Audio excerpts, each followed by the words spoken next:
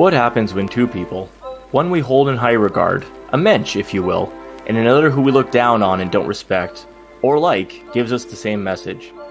Ideas can be floated by anyone, but if we really like that person, or at least we don't think that they're some clown, we'll entertain it, hear them out.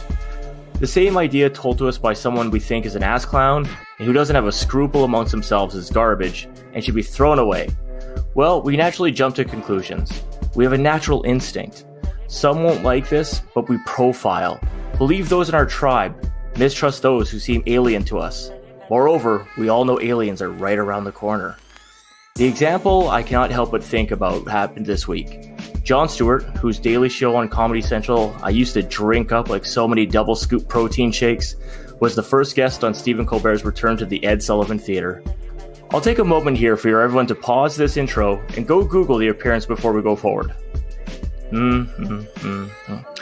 Okay, so Jon eloquently discusses the possibility that the COVID virus originated from a lab in Wuhan, China, and frankly, could be right, could be wrong.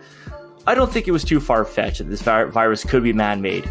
I'm a big Stephen King fan, and a man-made invention or virus wiping out all of society has happened a few times in his books. Nevertheless, truth be told, I don't know. I can think, but I really don't know. But I can tell you who wasn't convincing me. Number 45, Donald Trump. After all, in a best-case scenario, I think he's a bloated, lying politician who hasn't cared about another human being ever in his whole life, and would say anything to convince someone to vote for him. For the record, I think the same of all other politicians. But let's face it, there's a giant chunk of the population that would rather get the message from their guy as opposed to the other. So how much do we have our own biases stop us from considering all possibilities, and is there an attitude we should have first? Firstly though, Brad, how are you doing tonight? I'm doing fantastic. So you sent me this video the other day. I was sitting around wondering, what is Jeff emailing me? He generally doesn't email me links to certain topics. Usually we're running off of what we see on social media, but it's Jon Stewart talks about the coronavirus. Yeah, I'm excited to talk about this and many other topics on Those Canadian Lads podcast. What episode are we on today, Jeff? There's the quiz of the day. I don't legitimately know. Is it 30?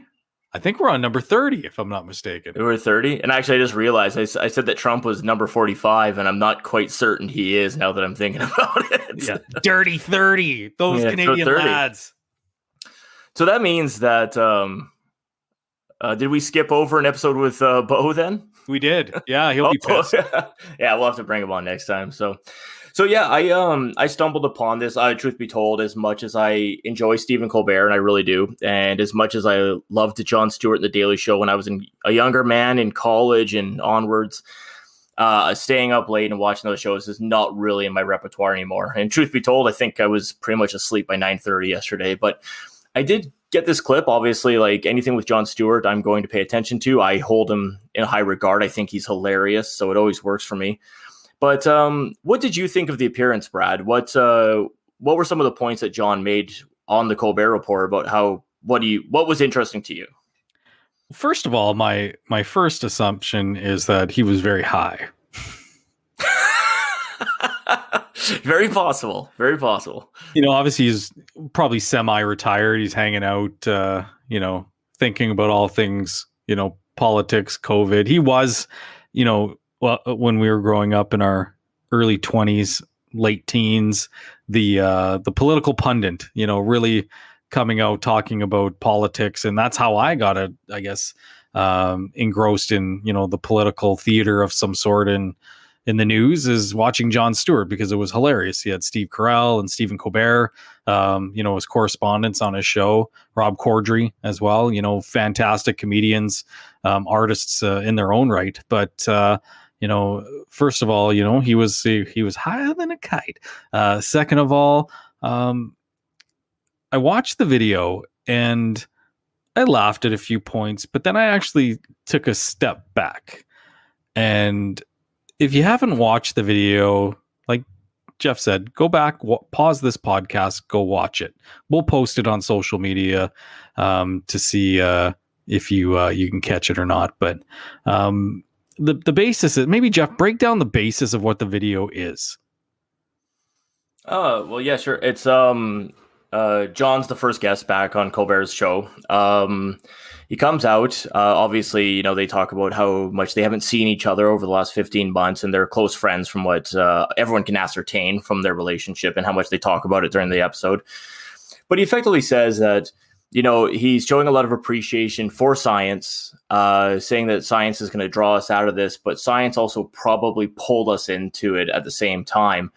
And then he kind of pokes fun at the fact that, of course, the laboratory in Wuhan, China, shares the same name as the virus that has infected the planet and spread like wildfire. And John just seems to kind of hammer down the point. And I would say that I don't know if it was a little bit of an act. And truth be told, there's a chance this is a little tongue in cheek as well. But you can definitely tell that Stephen Colbert doesn't seem totally comfortable with the idea that John is floating, the idea that this is definitely man-made, and this has definitely been orchestrated in a science laboratory environment. And obviously, if it's in Wuhan, it's by the Chinese government. Now, that's kind of the quick and dirty breakdown of it, as I said, to get the comedic value of it and him kind of running into the camera at one point. You got to go watch it yourself. But I do think, and I do think Jon Stewart, I think highly of Jon Stewart. And, like I said in my intro here, because it's somebody that I appreciate from a comedic standpoint. And I believe John to be, similar to myself, a little bit of a centralist, maybe a little bit more liberal leaning in his social standard. But I do think that he's definitely on the right track, that this is something that probably is science made or man made. And he's drawing attention to it. Whereas if you rewind the clock 6 months ago, nobody could draw attention to it without being called a racist or anything like that. That's where this conversation is going to go. So anybody who came out and criticized the CCP in regards to how it was handled, or that it potentially came out of a lab, and that lab was in Wuhan, China, which had the initial outbreak in a wet market, what they say, of animal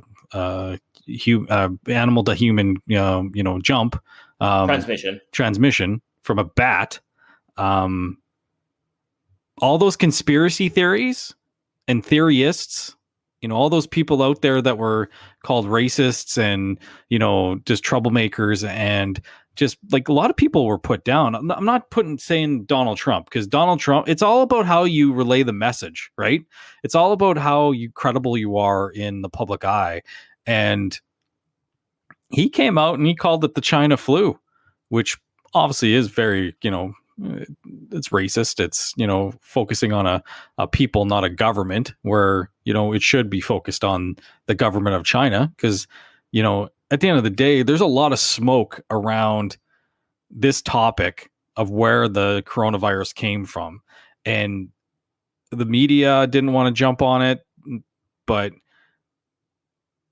it is now in the forefront, where Fauci, Mike Pompeo came out on the weekend and pretty much said that, yeah, he believes this thing came from a lab. The former head of the CDC, before he retired, came out on CNN in a special about the coronavirus, and he believes it came from a lab in China. There's just a lot of smoke around this story, and it's only going to get bigger and bigger as they dive deeper and deeper. And Jon Stewart, we go back to the Daily Show, or not the Daily Show. It's it was the Daily Show. No, Stephen Colbert. It's late night with Stephen Colbert now. Oh yeah, sorry. Yeah, sorry. I thought you meant his old show. He took over for Letterman.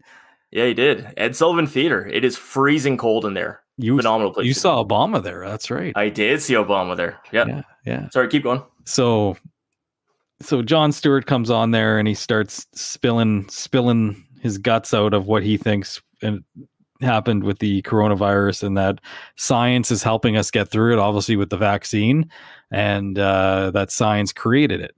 Now, it's a bit hypocritical because, like you said, Jeff, only a few months ago, if somebody with kind of a right-wing leaning viewpoint, they would have been crucified in the media for saying that. So, yeah, and I agree. I think that as a generality, if it's a good way to shout people down in regards to a thought that may be controversial.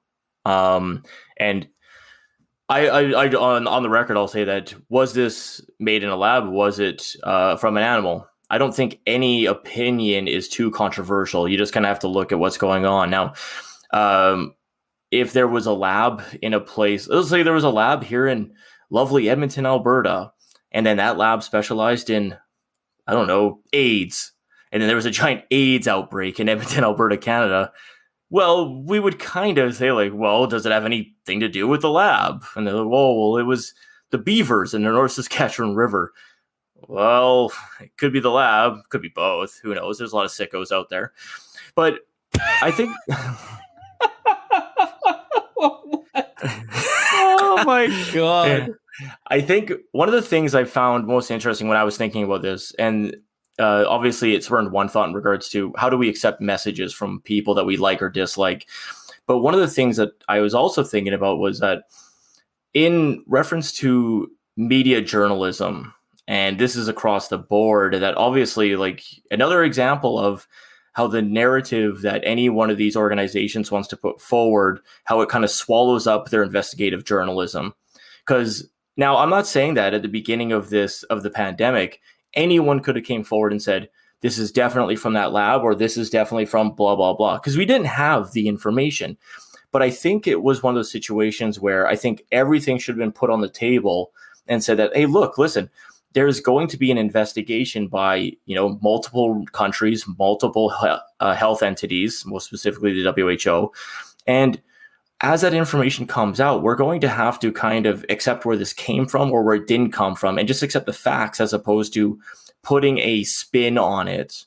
And I think as a result of them doing that, I think a lot of people just battened down the hatches and stayed with their camp to a certain extent, where it could have just been like, oh, well, I'm just going to wait and see where it came from. Wait for the facts to come out to a certain extent. So I think the media failed as a generality.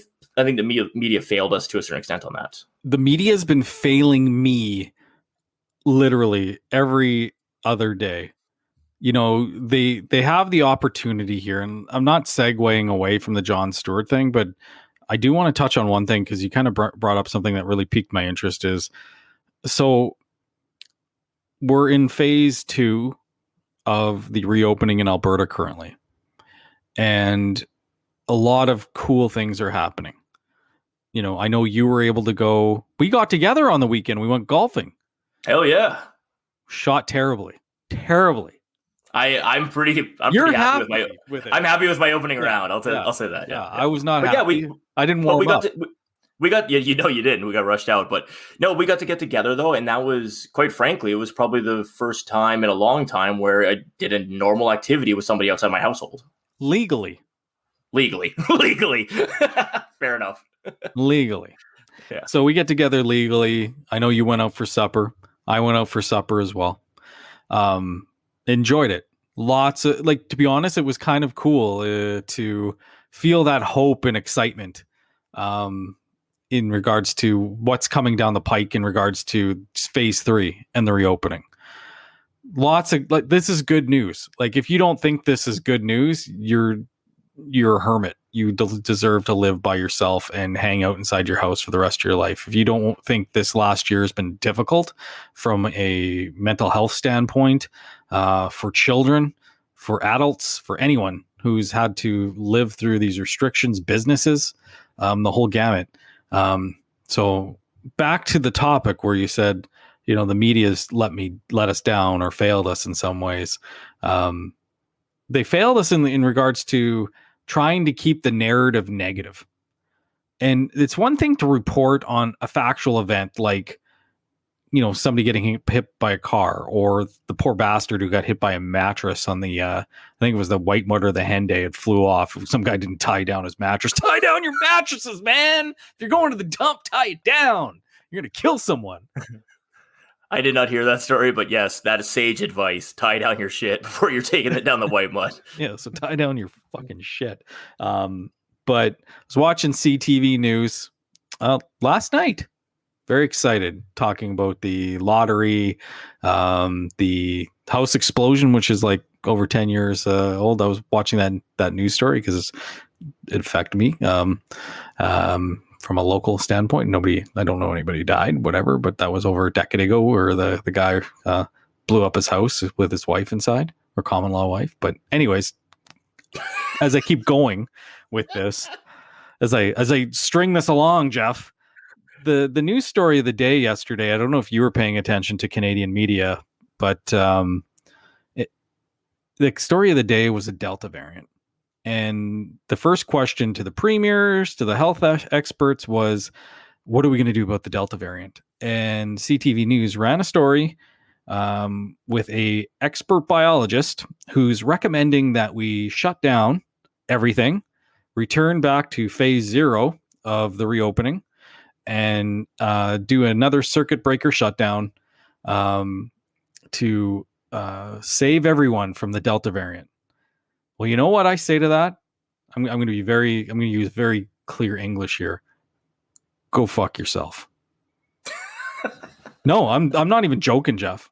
Go fuck yourself. And this is pointing directly at CTV Edmonton as well, and the CBC and Global, who everybody ran this story. This is starting to smell like propaganda. And obviously they're not, it's not propaganda in the sense that they're trying to push the narrative of keeping everybody in the home. They can't help themselves on a slow news day to push out some rando biologist who we've never seen before, push the narrative of the Delta variant, that we need to shut things down right before we start to open things up again. Is that not, personally, that is the most annoying, ignorant thing you could do to people as they've suffered through this last year.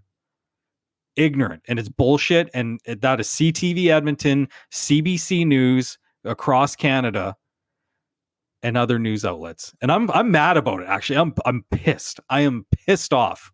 It's disgusting. And the reporters and all that, they're all good people, but there's an agenda there, and it's bullshit.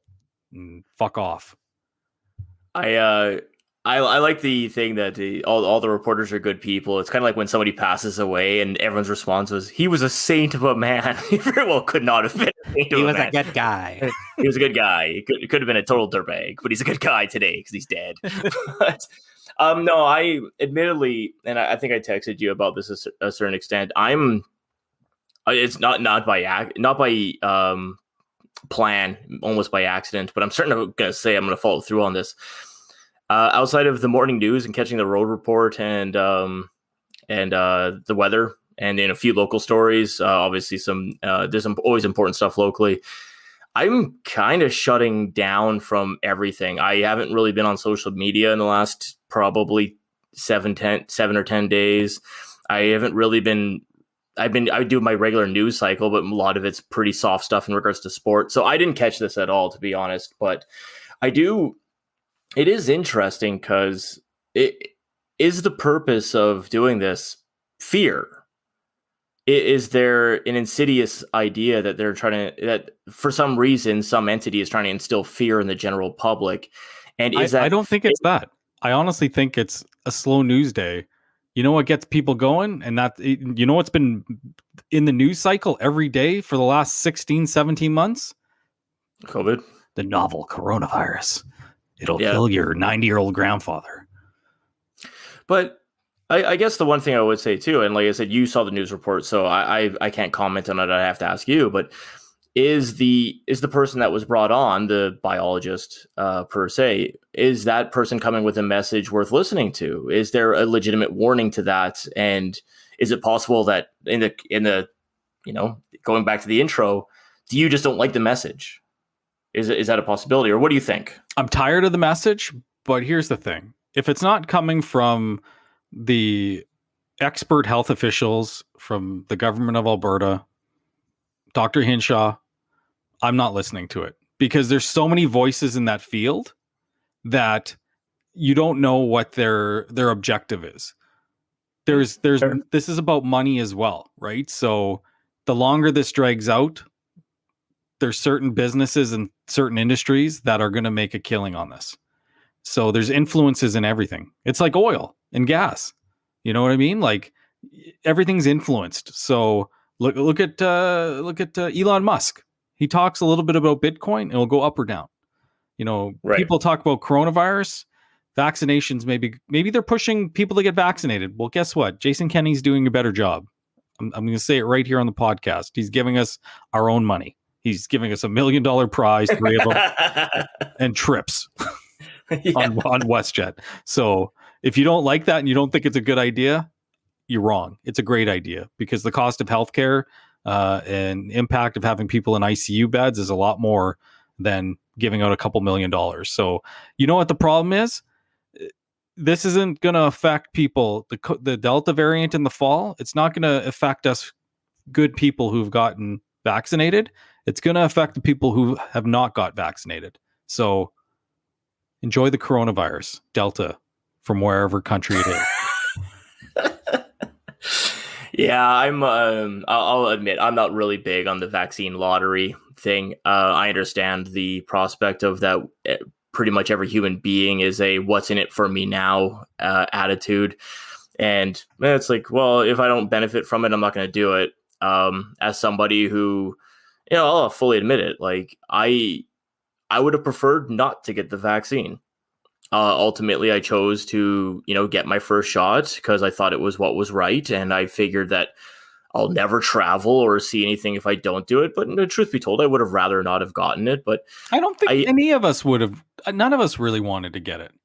Well, I think there's a segment of the population that they like their flu shots. They like their hand sanitizer anyways. And I'm not going to fault anybody for, erring on the side of caution. It's whatever you choose to do in life. But I'm particularly not one of those people. But it does annoy me to a certain extent that it's just like, it seems like the rewards outside of people's effort and, the effort you put in life doesn't always reap rewards. But it's typically the people who are well prepared, exert effort, prepare themselves for the future, that those are the ones who succeed. But then we always have these examples of people who, well, I just stumbled onto the bus because I was drunk and I won money. It's just like, are you fucking kidding me? Like, well, those bastards gonna need to figure out how to get onto an Alberta government website and find the link. So that's the first thing they need to do. That being said, you know what? If that's what you need to do to get those vaccination numbers, all I want is that 70% reached for first case or for first dose vaccinations. Let's get to phase 3 of this reopening and let's get back to real life. The money aside, whatever. Like I think it was a good motivator for people because there is that segment of the population that needs that little extra kick in the ass. And you know what? Good for them. But I'm just, you know what? I'll admit on this podcast, I'm now double vaxxed, and that's it for me. I'm done. I've done my civic duty. I'm protected. Now it's time to move forward with what's going on. And we've talked with Bo on this podcast about if we drag this into the fall and we're back to square one, and we're looking down a restricted lockdown after everybody's put in the time and put in their bodies, essentially their lives in regards to getting vaccines that were rushed out. Who knows? Maybe I'll be one of those people with a sign demanding, change or being very upset at the government in the fall because there won't be any kids hockey or sporting events to go to or movies or social gatherings, or family dinners or Christmas again. Those of us played by the rules, missing out on some of the key things throughout the last year.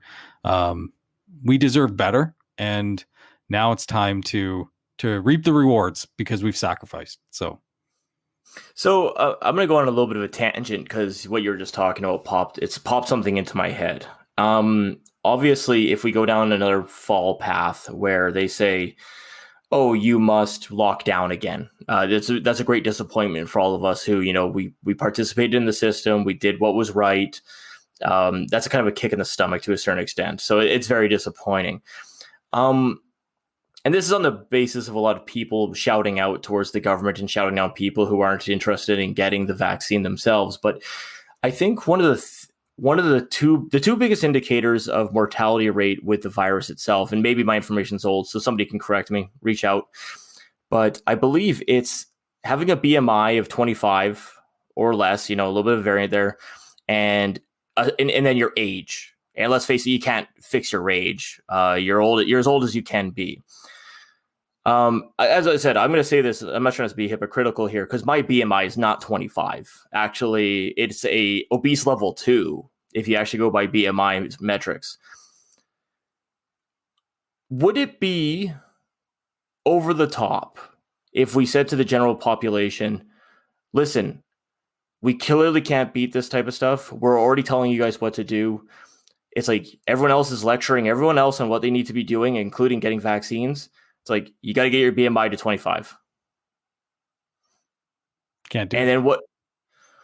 I agree you can't do it, but for maybe not a government standpoint, but what I have seen is people lecturing other people on what they should be doing, especially when it comes to the vaccine. But this is also an opportunity to take care of yourself, and nobody does that. That's very thought-provoking thought, Jeffrey. Well, I think one of the things, and I'm not going to go into too much of a story because it's not really a story, but I do find it interesting how often people have an opinion on what other people should be doing in this regard. Now, let's face it, we're all opinionated assholes. Everyone's got an opinion, like a butthole. And we go around telling everyone what they should do or shouldn't do.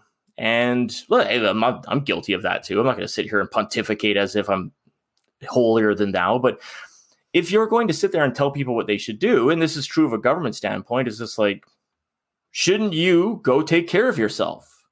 Shouldn't you be at the level of health where we have already proven to a certain extent that, like, if you're in this range for BMI as an example, or because you can't affect your age, shouldn't you get your house in order before you start like just blasting away at people or locking people down to a certain extent? Now, I know that's not realistic. I know that's not going to happen, but for those who want an argument against it, I've provided you with one, I suppose, to a certain extent.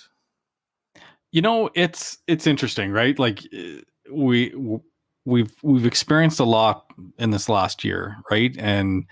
Or more than a year. And it's really interesting, and that's kind of a thought-provoking thought, right? I think it's a slippery slope, right?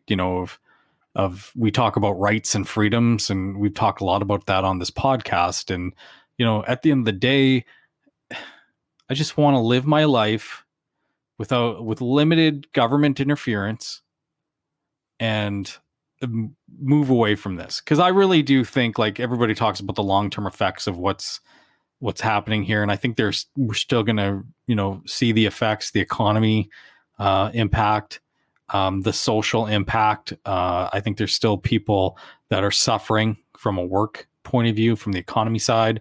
I think there's people really suffering from mental illness, especially those people that kind of live in fear, right? There's people that live in fear, and it kind of goes back to my topic of the media, feeding the general public. You have a duty, not to, you're not supposed to influence, but you are influencing. And when you punch out just generalized fear topics, like, that's opinion. Like, I know there's science behind it, of the Delta variant, but you can't say for a fact that we're going to be going into a fourth wave. You're assuming there will be a fourth wave, and that's opinion. It's not a fact. So that's not news. Yeah, no, you're right. It's the same thing as suggesting who's going to win in the Montreal and Vegas series as that plays out. We turn to certain entities for a prediction, and we find that entertainment.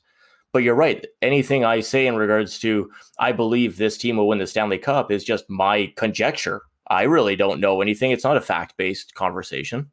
Yeah. Though they're using the fact that there is a Delta variant, but they're assuming, and they're taking modeling from, are you taking multiple points on the modeling? Are you using multiple methods to model this out? Are you assuming that the biologist who's modeling the outbreak of the Delta variant is correct, and they're taking into account the vaccination rates, how it's going to impact people who are vaccinated, etc.? Or are you taking the worst case scenario, because it's a slow news day, and you're going to release it to the general public and piss people like myself off?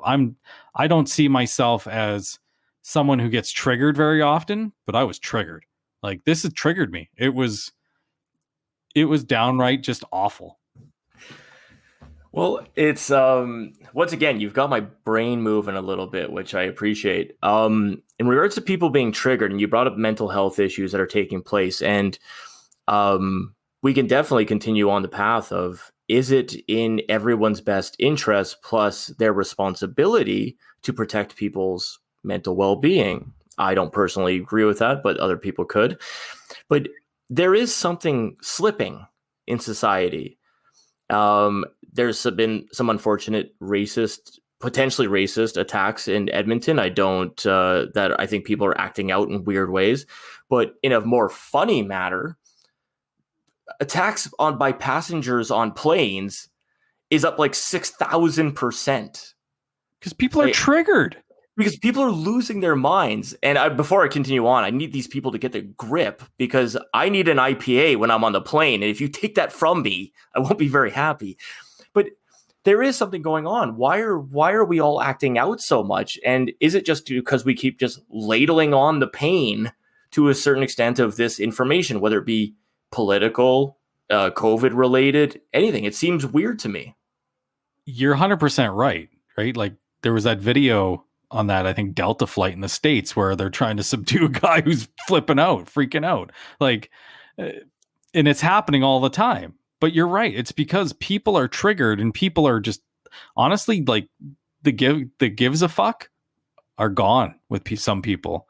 And oh yeah, that's dangerous, because some people, when their gives a fuck go, you look out. Well, it was funny because in that same incident, because I think it was a male flight attendant who was off duty who caused the ruckus on this plane. I love the announcement of the pilot going, "We need all strong men to report to the front." Like, as I was telling my wife, how I would have bounced out of my chair, like, "Yes, my chance, finally! I'm right here. I'm running to the front." My name is Jeff, and I'm here. But it also might be one of those things where I'm like, maybe that's an example of me losing my mind. It's like, I'm so willing to like run up and attack a guy who's losing his shit on an airplane. but society falls. Well, it is weird. As I said, like, and I always look at things through the lens of myself. And I think everyone should do that, but it's just like, I see things as how I kind of approach things, and I'm not the most sane person. I'm a little bombastic. I'm a little bit extreme in some regards, but at the same time, I'm kind of like, generally I accept people as selfish douches who are out for themselves, who really don't want to hurt anyone. They just kind of want to get through their day. We're a lazy society for the most part. But it's just like, whenever we see this information coming from individuals that we like or don't like, it's like, I just look at it and go, I'm like, are these facts, or is somebody trying to sell me on something? And I think a lot of people have been sold a lot of shit over the last little bit. And they're putting their trust in maybe people that they like, where maybe they shouldn't like that individual. I don't know. And that kind of circles back to the start of this conversation, Jon Stewart. Right. Yeah. if you like Jon Stewart, you're probably going to accept the message softer of, maybe the coronavirus did come from the coronavirus Wuhan flu clinic and respiratory clinic in Wuhan, China, where the coronavirus, COVID-19, was created. Yeah, but I will say, once again, as somebody who likes Jon Stewart as an entertainer, as a comedian, you just shouldn't be getting your news from Jon Stewart. Jon Stewart is a comedian by trade. He is here to entertain. And like you said, you're not going to listen to somebody getting shouted out on the news who, quote unquote, may or may not be an expert, but you're putting your trust in the experts, in our elected officials, and plus their representatives. And that is one of the things that also caught my attention about this, is that you're right. There was an elected official in the United States that most of the country didn't like. Like, whenever a president gets elected, their approval rating always drops immediately because they didn't deliver 99% of their promises right out of the gate. But let's face it, Trump wasn't a very popular president. And I think everyone just was like, I'm not listening to a damn thing this guy is saying, regardless of the source of where the information behind his message is coming from. And it's probably not something that we should be generally doing. Now, you should look at everything somebody says in the eye of, I'm questioning that. I'm going to go do some research. But let's face it, whether it be Donald Trump and his supporters or Jon Stewart supporters who like his message, people are just going to immediately buy in and they go, nope, he said it, I'm in. I don't have to do anything fucking else. And that's not the right attitude to have. You know who I'm listening to? Bill Burr, William Burr. Yes. That's who I'm listening to. But even Billy Burr, like I'm a huge Bill Burr fan. But there's things that he discusses on the podcast where I'm just like, I don't agree with that in the least bit, man. Like, that's off base. That's the beauty of a podcast. You could be listening to this today from Virginia or Australia. I know there's some Australia listeners popping in. They reached out over the weekend on our great Edmonton Elks episode that we just did. But yeah, it's a podcast. It's we have an opinion. Our opinions might change. We're allowed to change our opinions after we get re-educated of some sort. But no, I think this was a good conversation, Jeff. It was a great topic because when you sent me that link, kind of circle back to the start of this conversation. When you sent me that link, I laughed, and then I'm like, this is the most hypocritical bullshit I've ever heard in my life. You know, months ago, people who have more right-wing leaning political views were saying this, and they were deemed racists. And there's Canadian politicians that came out and started questioning Justin Trudeau. I don't know if we mentioned this on the podcast, but they were questioning Justin Trudeau around two fired virology scientists who were working in Winnipeg, and they happened to be from China. And the conservative government were questioning this, and Justin Trudeau initially just came right on attack mode, calling these people a racist. And it's like, no, it's not racist to question a government issued thing. Like, nobody's questioning the Chinese people, the fantastic people of China. They're questioning their suppressive government and their underhanded government, who are doing things in the worldview to their own, they're beating to their own drum, and they're not the most popular kids in the Western world. Let's just say that. Yeah, fair enough. No, I do equate that. Like, don't get me wrong. The fear I have is in any instance that we call racism on something that's not racist, or across anything, sexism, transphobia, homophobia, whenever you just declare that because that person happens to be somebody of a different, sex, race, religious beliefs, whatever, it's like all of a sudden, if you just do that for everything, then those words lose their meaning. And when I was coming up, I was taught the word racist or racism or sexist, that these were extreme things. It's like it's like, if you're one of these people, you're one of the worst people on the planet. Now we're just shouting it from the rooftops whenever somebody disagrees with us as a generality. Whenever we diminish the meaning, how serious those words are, it takes away if everyone's racist, then nobody's racist. It does not work out that well. And it's definitely dangerous territory, in my opinion. The other thing I'll also say is that whenever you're having a disagreement with somebody, and let's face it, that's what all of the theater of parliament is just pretend disagreements and yelling at each other while protecting their own pocketbooks. This is the equivalent of when Justin Trudeau says, "Oh, that's racist." It's a kid putting his fingers in his ears and going, blah, blah, blah, blah, blah, blah, blah, "I'm not listening." It's because you don't have an intelligent thought to back up whatever you just said. Oh yeah, that was just him saying, "You're a dummy, you dummy." Yeah. Dumb. Yeah. No, got no time for that. Well, he did a fantastic job on the world stage this week, embarrassing our country once again on the G7 summit.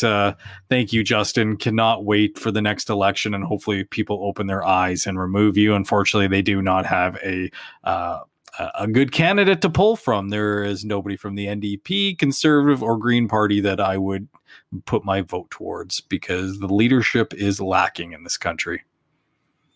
Yeah, it's maybe I'm getting more cynical with age. I don't know how that's how that's possible, but choices are few and far between right now, unfortunately. Though that being said, if Pierre Poilievre ever gets the Conservative Party a seat, I'm just voting for him because he's a maniac. That guy, Yeah. that guy's a bulldog. He just nonstop attack mode. He's on attack mode, and it's just if anybody has mastered political theater, it's Pierre Poilievre.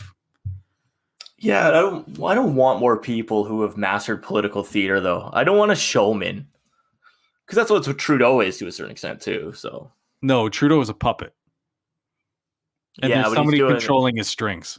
There's and there's something going on there. Well, then even more so that he's an actor reading a script. It's drama it's teacher. Like an attractive young man leads a country to general well-being bullshit like that. Yeah, he's not leading us to well-being, that's for sure. As our inflation rate and cost of goods goes through the roof. Yeah, I've been ranting about the inflation rate and just how much. You know what? I'm not going to sit here. I'm not an economist. I'm not smart enough to definitely say that, hey, there was a right amount of dollars to flood into the market via the federal government or provincial government, and that would have protected things, maybe made sure inflation didn't go flying through the roof. But I will say, though, and for those of us who are concerned about the price of bread, concerned about the price of fuel, concerned about our day-to-day consumption of the things that sustain us, roofing, housing, all that type of jazz. It's like, you think you were protected a little bit. This might not end well. The general small things in life that keep you running. It may be unaffordable. You might be picking and choosing, and I think a lot of people forget about that when they're deciding what is best for their government to do. So I don't have a take on that. I agree with you 100%. Have you seen the friggin' lumber prices? I was going to build a deck. I was going to build an addition to my deck this year. Oh, I get attest to the price of plywood, and lumber is definitely high right now. So, before we sign off, and I'm going to digress a little bit off of what we're going on about, but I had a thought about, once again, how we pick and choose where the message comes from. And I wonder if this is a human nature thing, and I wanted to get your thoughts on it. So, and feel free to say that this is a movie trope that I misidentify in society. Okay, so I'm gonna let you call your shot on this. So, I was thinking about instances, and I'm gonna say that when we're all melodramatic and we've all done this as a teenager or whatever, but as a generality, you're doing something that people generally disagree with. Let's say, on an extreme example, you're getting drunk and beating up your family. What? Yeah. I don't do that. Okay, let's tone it down a little bit. You amongst your circle of friends, you're constantly berating everybody and being a total jackass. Let's say you do that. And one of your friends comes up to you and says, "Hey, listen, man, we don't appreciate this crap. You're going above and beyond, and it's not fun for the rest of us." And then that person's response, and here's where the movie trope thing may come in. It's like, "Yeah, don't you think I hate when I do that too? I see the worst part of myself. Why? Why are you bringing this on me?" It's like, you're defending yourself by saying that you agree that your actions are horrible. And as a general, the universal opinion is that you need to change who the fuck you are. I don't know. I had that thought when I was thinking about why we pick and choose what we listen to. I was going to say, it's like, have I said that to you? No. I do have specific examples, but I'm not going to open that door because, it's friends and family that I don't want to rat out, of course. But I find that interesting whenever we're confronted with our bad behavior, that our immediate response is to declare that, how dare you tell me what I already know? And it's like, you already know it. You better clean up your fucking act then. Fix your shit, man. Fix your shit. Yeah, so I don't know. I wanted to bring that up. It was something that popped in my head when I was considering what our topic for tonight. So. Well, before we close up tonight, I want to apologize to the fine men and women of the media industry. I'm sure you're not being controlled by George Soros or a global power out there, but all I'm going to say is your narrative stinks right now. Go find a Go find a cat that got rescued out of a tree. I need more of those stories, those feel-good stories, instead of finding some rando biologist saying the Delta variant's going to kill us all. Because guess what? Didn't kill us all. And we can't afford a shutdown again in the fall of this economy. So screw you. There you go. All right. With that being said, Brad, any final words for our fine listeners? Nope. That's all I got tonight. All right. I will leave it with lift with your knees, brace your core, and make sure you hold your breath. All right. I do have one thing to say. Lift with your back. Lift all with your back. I think it's lift with your groin in a jerking motion. That's the safest way to do this. So, all right. Make sure you do that. All right. I'm Jeff with Those Canadian Lads. That's Brad. Thank you very much for tuning in. Peace. Thanks again for listening to Those Canadian Lads podcast. Give us a follow on social media. We're on the Twitter, Instagram, and Facebook. And if you like what you heard, give us a follow and share it with your friends. Thanks again, and have a great night.